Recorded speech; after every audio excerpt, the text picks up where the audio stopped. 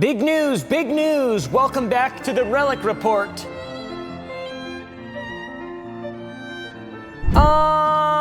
Big news. Katy Perry went to space, allegedly. They were overwhelmed by what they saw. Oh, the moon! You guys, I will have to tell you, look at the moon. Look. Seems fake as to me, but for whatever reason, NASA seems to be low on funding. Kids in this generation don't look up at the sky, and every time we do, we see UFOs, and then we're told, those aren't UFOs, that's Starlink, or SpaceX decoupling, or whatever. I've filmed a lot of clips, post them on Twitter, I'm like, the third kind! And then people are like, you're an idiot. And then I'm like, yeah. If you haven't heard, Jeff Bezos has a space agency called Blue Origin, and they sent Katy Perry to space to do the first ever song in space. That's a real tweet that is out there talking about it, but guys, don't worry. This is so dumb. The best part was when we got back in our seats after 0 G's, Katy sang "What a Wonderful World." She did? Isn't that nice? Have you ever seen Space Oddity? David Bowie, they did it in space. Chris Hadfield, or the guy, he sees ground control to make jump. They did that in space already, so shut the up, Katy Perry. You suck. You're a trashy Yeah, this is so dumb. It's obviously fake. It looks, I don't know. Actually, I'm not gonna pretend like I know if it's fake. The whole mannequin thing, there's like the mannequin arm in the window, and then the door only being able to open from the inside, but then the first thing they do is open it. Here goes Jeff Bezos to open the hatch. She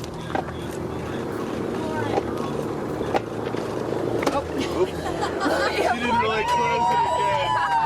Come on out, guys. But it also could just be the likelihood that, you know, it's fake because of the publicity op. I'm the type of person that believes Stanley Kubrick did create the moon landing footage, but we also went to space. That's the type of guy that I'm. We also went to the moon, but the footage is fake. That's the type of guy that I am. Because it looked rough too. When you see when it hit, it's like, ah! I could just imagine my Kerbals, just ragdolling inside that capsule or whatever. But yeah, you might be asking, why was Katy Perry on this? I don't know. I'm not really sure. She hasn't been relevant in quite a while, I think. Is she still doing a thing? I don't know if she still does her thing. Probably she still does. She's very talented, very cool, I think. I'm not sure. I just don't want to offend her.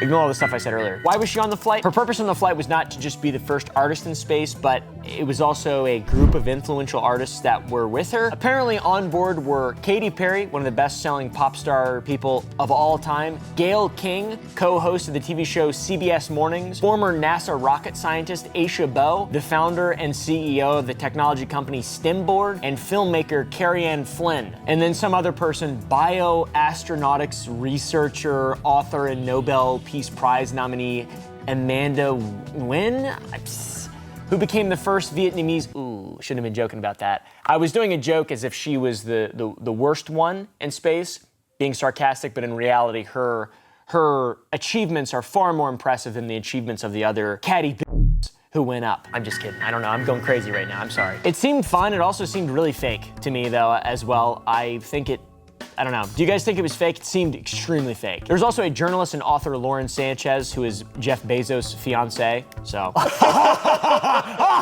Every chance I can do a Jeff Bezos laugh, I take that chance and I do it. I hit him with the Jeff Bezos laugh. These folks were hitting a bunch of firsts, but in general, people were like, what was the point? So people started to dig into the whole ordeal, stating that spending thousands of dollars to be in space for less than 10 minutes is a complete waste of time and resources. I would say, as a counterpoint, that sounds like jealousy from a bunch of brokies, seems like.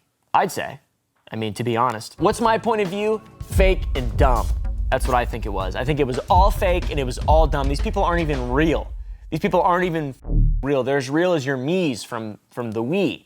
You know, there's like little characters you could make. They're as real as that. You'll never see them, you'll never meet them in real life, which means they might as well not even be real. Now on to the best part, conspiracy theories. My favorite part of all this. According to some conspiracy theorists, they never left the ground. If you watch through the live stream and you decide to ask some questions, you could have some pretty interesting ones. On their re-entry, there is no video of them inside the capsule. So were they ever really there? I don't know. Could be a wild LED screen like the one that they used to film The Mandalorian. That looks as real as the re-entry, or the not re-entry. Did they even re-enter? They were in outer atmosphere? I don't know. I'm not a space guy. There's other theories. One, for example, is that they were on a movie set where they floated around with invisible wires. And one of the questions that is pretty hilarious is the obvious script and performance being ruined by one of the astronauts opening the capsule from the inside before being told to shut it by Jeff Bezos. This is an eclectic group of women representing so many different careers that they've led. Oh, the door is opening now. So hopefully soon they will find their feet, literally. That's the most obvious question. And then beyond that, another very obvious question is, were these people on drugs? Because they're aggravating. The footage of them, the way they were acting in the capsule, in the outer atmosphere, very bizarre behavior. They were tripping on Fent. Those perks must have been laced. Flynn, I gotcha. I gotcha, Flynn. Gotcha. Proud of you. Especially Katy, she was acting real odd. Now it's time to pick out. She has her little flower and she's like, I'm an alien, It's so dumb. It's so dumb. It's very 2010 cringe and stupid, and I don't know, dude. Katy Perry described her trip to the outer atmosphere and that it made her feel super connected to love. Those are her actual words, she said. Did Jeff Bezos serve them more than just shiitakes when going up, my friends? I feel super connected to love. So connected to love. I think this experience has shown me you never know how much love is inside of you, like how much love you have to give. I mean, what do you think went on in that thing? Also, people calling them astronauts are stupid. They're not astronauts. They were in outer atmosphere for like 40 seconds. It's tourism. I don't know. I don't like it. I think it's dumb. Let's bring them back down. So yeah, you can see them free falling and stuff, and it looks pretty real, but all this stuff looks real. I do believe the ISS, I think we go to space, by the way, just to make it super clear. I believe we can escape the firmament. Just kidding. I had my fingers crossed. Stab, stab, twist, exit wound, entry wound, twist, exit wound, stab, twist. Press like. Go to sour.gg, buy some candy today. I'm not a rocket scientist, but I do have this ancient holy relic, and I think that shit was dumb as f.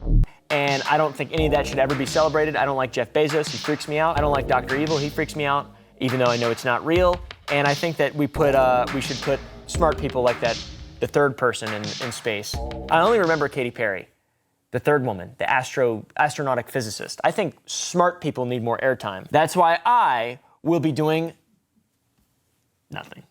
I'm not gonna do anything to make smart people get more airtime. Now to news that's actually really interesting. The Oblivion Remaster! Todd. I love Bethesda video games. I love Todd Howard. Check this out. You know what I told myself last month when I slipped my disc and hurt myself really badly? It'll just go away. I probably just maybe did a backflip weird. At least my posture has improved. Look at that. It's called the golden ratio. Everybody eventually gets hurt and everybody eventually needs to see a medical professional. Booking a doctor appointment can feel like a full-time job, especially when you go down the Google rabbit hole. 10 minutes later, you'll think you're a darn nerdling, you know, from Warhammer. That's where today's sponsor, ZocDoc, comes in. ZocDoc makes this entire process stupid simple. It's a free app and website where you can search for in-network doctors, you can read verified reviews from actual patients, and book appointments instantly. No voicemails, no phone tag, no cringe. They've got over 100,000 doctors across every specialty, primary care physicians, dental, urgent care, you name it, they got it. You can filter by insurance, location, or even by availability. And some appointments happen within 24 to 72 hours, some even same day. I use ZocDoc and you should too. Stop putting off those appointments and go to ZocDoc.com/Oompaville to instantly book a top-rated doctor. That is ZocDoc.com/Oompaville. Go there. Link in the description. Thank you, ZocDoc, for sponsoring this video, and thank you guys for watching. We got Todd over there in the corner. I'll have him on the show before he dies of old age, I'm sure, natural causes. I gotta put out my own game first. I'm working on a video game right now. Not the one I was working on, that one I'm still working on, but I'm working on that one on the weekends. I'm working on a different one right now. I'm like a divorced father, splitting time between my kids. Anyways, Oblivion's getting remastered. That makes me really excited. I love Oblivion. That was the only game I think I've come the closest to 100%ing. Stop! I wanna say I got every achievement. I think I gained an obscene amount of gamer score the year that came out. I had like 30 some K. after Oblivion came out, which is a lot. That was a shit ton, and I was a little boy when that shit happened. I think the remaster looks good. A lot of people are complaining that it doesn't have as much color. It's not as vibrant as the other, but to me, it looks like the gates of Oblivion are opening. And it's got this kind of fantastical, it's red type thing. And also, Oblivion looked like dog shit anyway, so any improvement of graphics, I'll be happy. Bethesda seems to have accidentally leaked screenshots of Elder Scrolls 4 Oblivion, the remaster.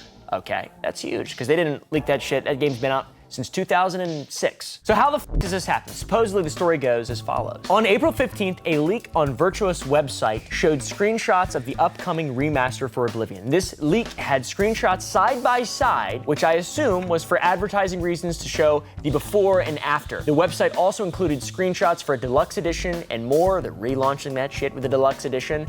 Here are the screenshots. I think it looks really good. I'm very excited. I love Elder Scrolls and I will support everything they make, everything Bethesda makes from now on, even if it's terrible like Starfield. And Fallout 76. Fallout 76, though, is good now. Just give them 7 years and they'll turn that shit around. Tragically, this has come at the worst time ever, even though I'm excited for it.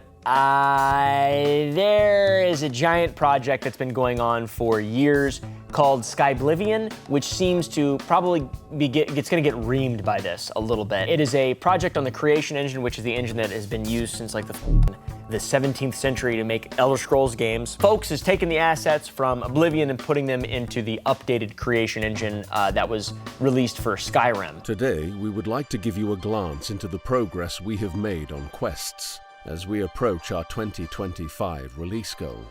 In this video, we shall be previewing 2 side quests, Fingers of the Mountain and Killing Fields.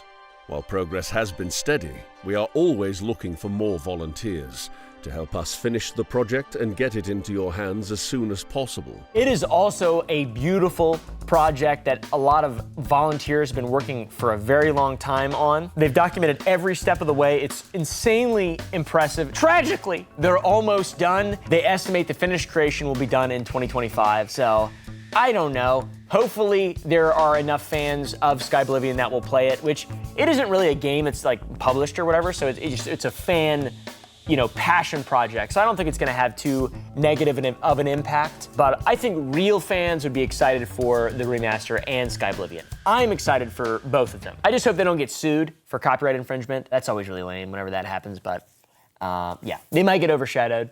Who knows? But yeah, if you don't know what that is, it is the Skyrim engine with the assets of Oblivion and the storyline of Oblivion, which is a lot of work. They rebuilt a game. Fans rebuilt a whole game, which is insanely impressive. As excited as I am for the remaster and as ready as I am to be let down for the 100th time again by Bethesda Game Studios, very sad. In the end, whatever happens, the passionate developers behind Skyblivion will not be fucked. If y'all need any help coding, let me know. Is Creation Engine in C#? Because I can help with that. I'm really good. I promise.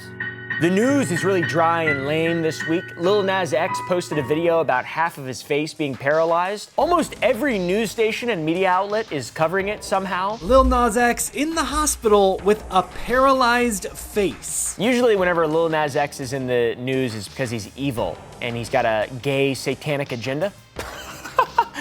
According to Eha Romano, I'm not really sure. It just seems like he's LARPing. Like just because you do that, if I were to put, I could take a pair of Nikes, put 666 on it, fill it with cum and blood, and then say I love Satan and I'm gay, and it still wouldn't mean to me anything really. Like you can just do stuff, for aesthetic reasons, right? Can't you just do stuff and it doesn't mean you have like a gay satanic agenda? I have no idea what the f*** is going on. I mean, I have this.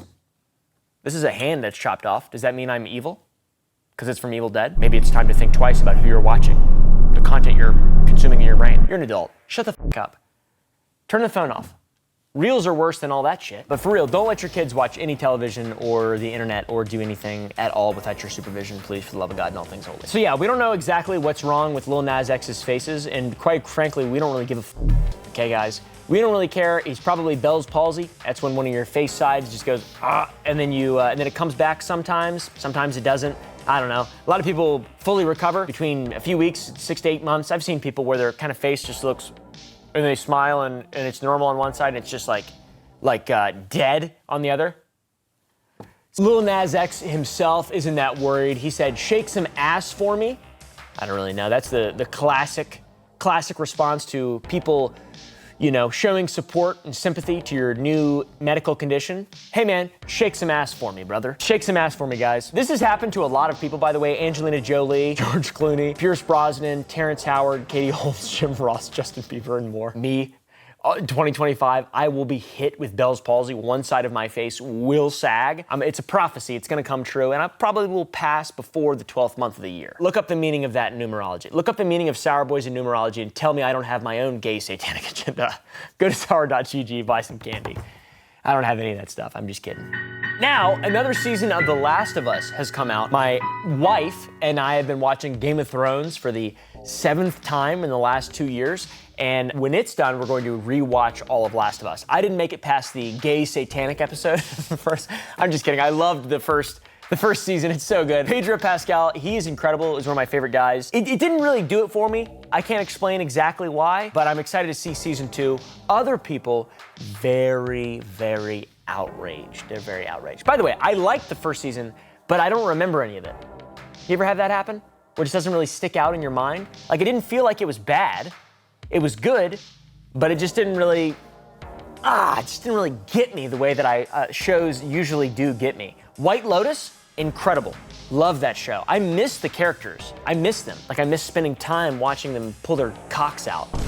After the recent release of the highly anticipated second season of The Last of Us Season 2, people are upset that the main character Ellie is played by actor Bella Ramsey, who they claim looks nothing like Ellie, which is true. This is nothing new. People had the exact same issue in the first season. She was in the first one. People really hate Bella Ramsey, I think. It seems I'm starting to notice that trend. People hate her. They also hate the girl from Hereditary as well. As soon as folks saw the casting, they started to complain, and now it's just the same old thing revived for another season, which is sad, because I haven't seen the second season, but I do like the show. Initially, people had hoped that someone like cosplayer Sandra Miller would play the role, since she is known for her Ellie cosplays. I mean, you look at her, she does look a lot like Ellie. It's pretty impressive. It really is insane. I didn't even know somebody could look like so much like someone in a video game.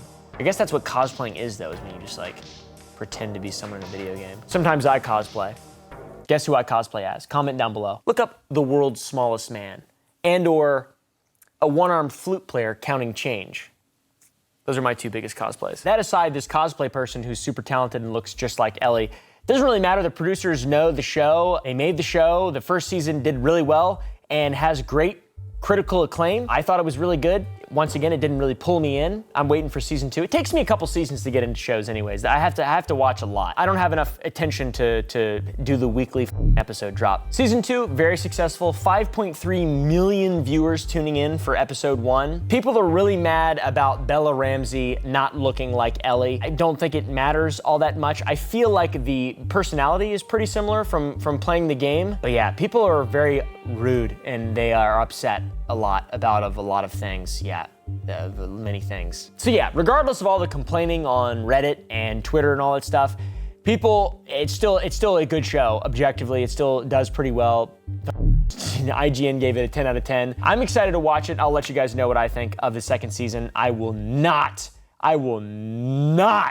hold back. If I don't like it, I will not hold back. I will harangue and slander the show. I will make shit up.